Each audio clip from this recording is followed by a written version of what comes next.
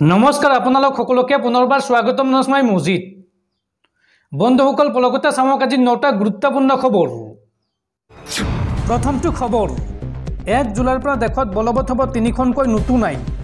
CRPC আৰু IPCৰ বিলুপ্তি ঘটাই দেশত প্ৰৱৰ্তন হ'ব এই 3খনকৈ নতুন আইন। এই নতুন আইনত আছে কেইবাটাও বিশেষ সালসলনি। কি আছে এই নতুন আইনত চাওঁ আহক। দেশত আহি গ'ল 3খনকৈ নতুন আইন। 1 জুলাইৰ পৰা দেশত বলবৎ হ'ব এই 3খন নতুন আইন।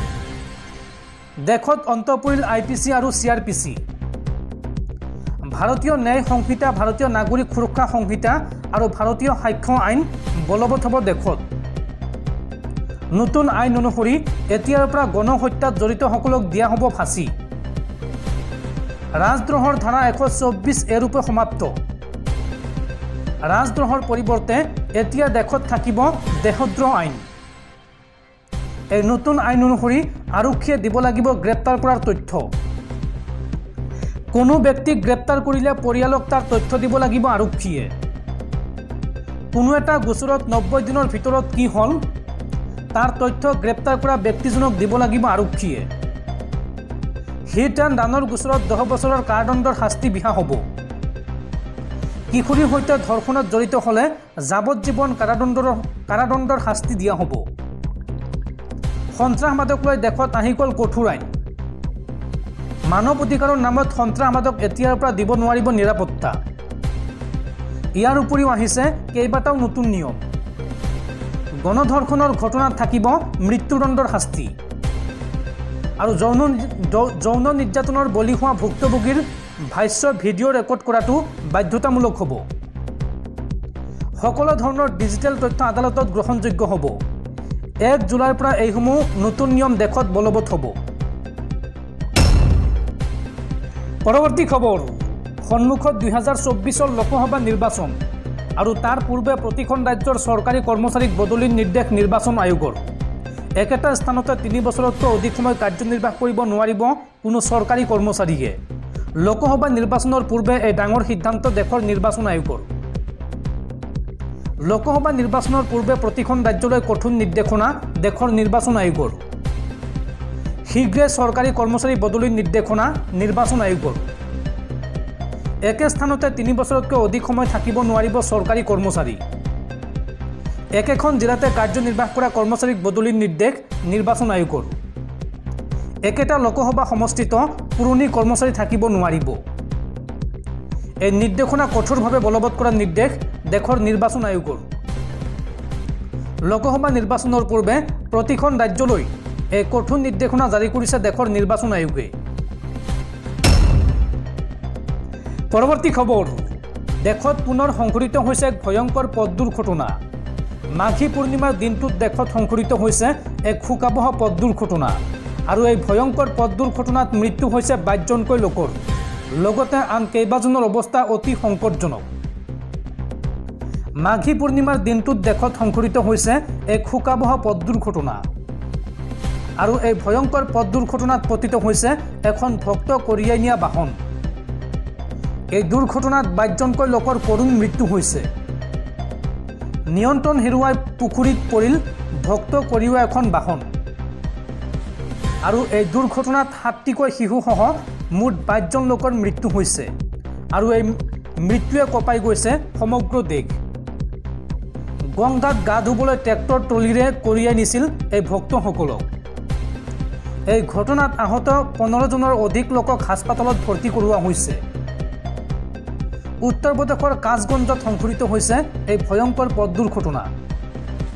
বন্ধুসকল তাৰপিছত 4 নম্বৰ খবৰটো জনোৱাৰ আগতে আপোনালৈ এটা সৰু ৰিকুৱেষ্ট, যদি তেওঁলোকে এইটো ভিডিঅ'ত লাইক কৰা নাই তেন্তে প্লিজ এটা লাইক কৰি দিয়ক আৰু এনেকুৱা ধৰণৰ নতুন নতুন ভিডিঅ' পাবলৈ চেনেলটো ছাবস্ক্ৰাইব কৰি কাষত থকা বেল আইকনটো প্ৰেছ কৰি ৰাখক। পৰৱৰ্তী খবৰ দেশৰ কোটি কোটি ট্ৰাক বাছ চালকলৈ ডাঙৰ খবৰ।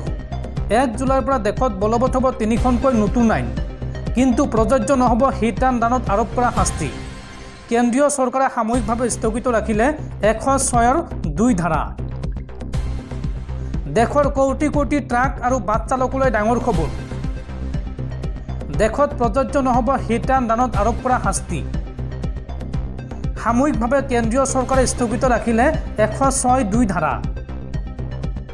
হিট এণ্ড ৰানক লৈ চৰকাৰে আনিছিল কঠোৰ আইন আৰু এই আইন মতে দুৰ্ঘটনাত কাৰোবাৰ মৃত্যু হ'লে চালকৰ হ'লহেঁতেন 10 বছৰ জেল আৰু 7 লাখ টকাৰ জৰিমনাৰ বিধিও আছিল এই আইনত। এই ধাৰা অনাৰ পিছতে দেশজুৰি চালকসকলে সাব্যস্ত কৰিছিল উত্তাল প্ৰতিবাদ আৰু এই প্ৰতিবাদৰ সময়ত অসমতে বন্ধ হৈ গৈছিল অলা, উবেৰ আৰু চিটি বাছৰ চলাচল। উল্লেখযোগ্য যে অহা 1 জুলাইৰ পৰা দেশত বলবৎ হ'ব তিনিখনকৈ নতুন কঠোৰ ফৌজদাৰী আইন। দেশত প্ৰযোজ্য হ'ব ভাৰতীয় ন্যায় সংহিতা, নাগৰিক সুৰক্ষা সংহিতা আৰু সাক্ষ্য আইন। কিন্তু কেন্দ্ৰীয় চৰকাৰে বলবৎ নকৰিলে চালকসকলৰ অসুবিধা হ'ব পৰা এই ধাৰা। পৰৱৰ্তী খবৰ, কৃষক আন্দোলনক লৈ ডাঙৰ খবৰ। প্ৰতিবাদত অংশগ্ৰহণ কৰাসকল কৃষক নহয়, তেওঁলোক খালিস্তানী। এই মন্তব্য এগৰাকী বিজেপি সাংসদৰ। নতুন দিল্লীৰ ওচৰত প্ৰতিবাদ কৰাসকল কৃষক নহয়, আটাইকেইজন খালিস্তানী। শনিবাৰে বেংগালুৰুত এই মন্তব্য কৰে কাৰুৱাৰ বিজেপিৰ সাংসদ অনন্ত কুমাৰ হেগডে। উল্লেখযোগ্য যে কিছুদিন পূৰ্বে সন্দেহখালীত এজন IPS বিষয়াক খালিস্তানী বুলি সম্বোধন কৰাৰ বাবে আলোড়নৰ সৃষ্টি হৈছিল আৰু এইবাৰো একেই কথা শুনা গ'ল আন এজন বিজেপি সাংসদৰ মুখৰ পৰা। বিজেপিৰ সাংসদ হেগডে এই সন্দৰ্ভত কয় যে এওঁলোকে এটা ডাঙৰ উদ্দেশ্য লৈ আহিছে। খেতিয়কৰ হাতত কেতিয়াবা ইমান টকা থাকে নেকি? তাত প্ৰতিবাদ কৰাসকল কৃষক নহয়, কেতিয়াও কৃষকৰ প্ৰতিবাদ নহয়। এয়া জাতিদ্ৰোহীৰ প্ৰতিবাদ, খালিস্তানী প্ৰতিবাদ, যাক কৃষক প্ৰতিবাদ বুলি অভিহিত কৰা হৈছে। তেওঁলোকৰ বাবে বহিৰাজ্যৰ পৰা ধন প্ৰেৰণ কৰা হৈছে।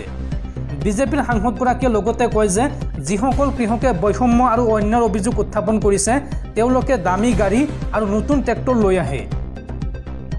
কৰ্ণাটকৰ মুখ্যমন্ত্ৰী তথা কংগ্ৰেছ নেতা সিদ্ধাৰামায়াক আক্ৰমণ কৰি বিজেপিৰ সাংসদ হেগডে কয় যে কেন্দ্ৰৰ ধন কাৰো পিতৃৰ সম্পত্তি নহয়, যিটো তেওঁলোকে যেতিয়া ইচ্ছা তেতিয়াই পাব পাৰে। এই মন্তব্য কৰে বিজেপিৰ সাংসদগৰাকীয়ে। পৰৱৰ্তী খবৰ, সুদখোৰৰ বিৰুদ্ধে ৰাজ্যত অব্যাহত আছে অসম আৰক্ষীৰ জোৰদাৰ অভিযান। ৰাজ্যত পুনৰ অভিযান চলাই আৰক্ষীয়ে গ্ৰেপ্তাৰ কৰিছে 21টাকৈ সুদখোৰক। সুদখোৰৰ বিৰুদ্ধে একশ্যন মোডত অসম আৰক্ষী। আৰক্ষীৰ ধাৰাবাহিক অভিযানত পুনৰ একেদিনাই গ্ৰেপ্তাৰ কৰা হৈছে 21টাকৈ সুদখোৰক। ইয়াৰ ভিতৰত মইৰাবাৰীত 4জন, মৰাণত 2জন, হাজোত এজনক আটক কৰা হৈছে। লগতে জুৰিয়াত এজন, চাপৰত এজন, ধেমাজিত এজন আৰু বিহুপুৰত এজনক আটক কৰা হৈছে। সুদখোৰক ধৰিবলৈ অসম আৰক্ষীয়ে ধাৰাবাহিক অভিযান অব্যাহত ৰাখিছে। সুদখোৰমুক্ত অসমৰ বাবে গাঁৱে চহৰে ঘূৰিছে আৰক্ষীৰ দল। সুদখোৰ শেষ নোহোৱালৈকে অভিযান অব্যাহত থকাৰ কথা কৈছিল DGP GP সিঙে। আৰু মুখ্যমন্ত্ৰী হিমন্ত বিশ্ব শৰ্মাৰ নিৰ্দেশৰ পিছতেই অধিক কঠোৰ হৈছে অসম আৰক্ষী। প্ৰতিখন জিলাৰ আৰক্ষীয়ে তালিকা প্ৰস্তুত কৰি দিনে নিশাই চলাইছে অভিযান। সুদখোৰৰ ঘৰত অভিযান চলাই জব্দ কৰিছে বান্দিলে বান্দিলে টকা। আৰক্ষীয়ে জব্দ কৰিছে বহু সোণৰ অলংকাৰ আৰু ব্লেংক চেক। লাখে লাখে টকা উদ্ধাৰ কৰিছে সুদখোৰৰ ঘৰত। সুদত টকা দি সম্পত্তিৰ পাহাৰ কৰিছে বহু সুদখোৰে। আৰু বৰ্তমানলৈকে ৰাজ্যত 200তকৈ অধিক সুদখোৰক গ্ৰেপ্তাৰ কৰিছে অসম আৰক্ষীয়ে। যদি আপোনাৰ অঞ্চলতে সুদখোৰ আছে তেন্তে স্থানীয় আৰক্ষী থানাত জনাই দিয়ক। পৰৱৰ্তী খবৰ, মুছলিম মেৰেজ এক্ট বাতিলক লৈ এইবাৰ গৰজি উঠিল AIUDF প্ৰধান মৌলানা বদৰুদ্দিন আজমল। মুছলমানৰ বিবাহ, আজান, মছজিদ সকলোকে টাৰ্গেট কৰিছে বিজেপিয়ে। এই আইন বলবৎ কৰাৰ পিছত অসমত মৃত্যু হ'ব বিজেপিৰ। এই মন্তব্য বদৰুদ্দিন আজমলৰ। মুছলিম মেৰেজ এক্ট বাতিলক লৈ গৰজি উঠিল মৌলানা বদৰুদ্দিন আজমল। মুছলমানক উচুটনি দি ভোট ল'ব বিচাৰিছে বিজেপিয়ে। এটাৰ পাছত আন এটা মুছলমান বিৰোধী কাম কৰিছে বিজেপিয়ে। মুছলমানৰ বিবাহ, আজান, মছজিদ সকলোকে টাৰ্গেট কৰিছে বিজেপিয়ে। মুছলিম মেৰেজ এক্ট বাতিলক লৈ উত্তেজিত হ'ব নালাগে মুছলমান ৰাইজ।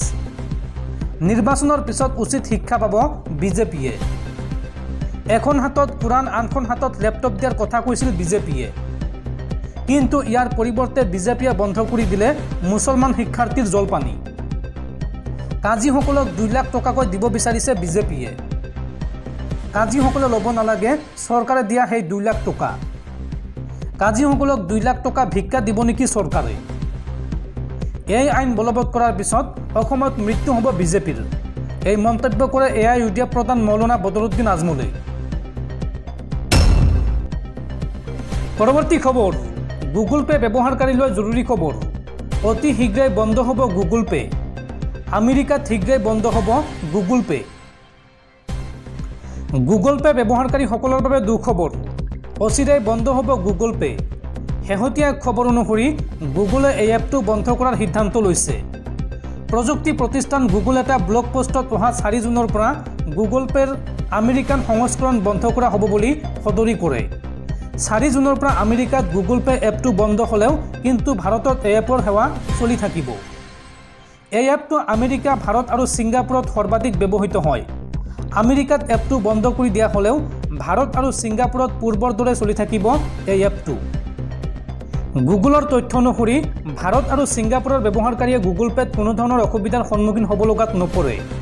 4 জুনৰ পাছত আমেৰিকাৰ ব্যৱহাৰকাৰীয়ে ইয়াৰ দ্বাৰা ধনৰ আদান প্ৰদান কৰিব নোৱাৰিব।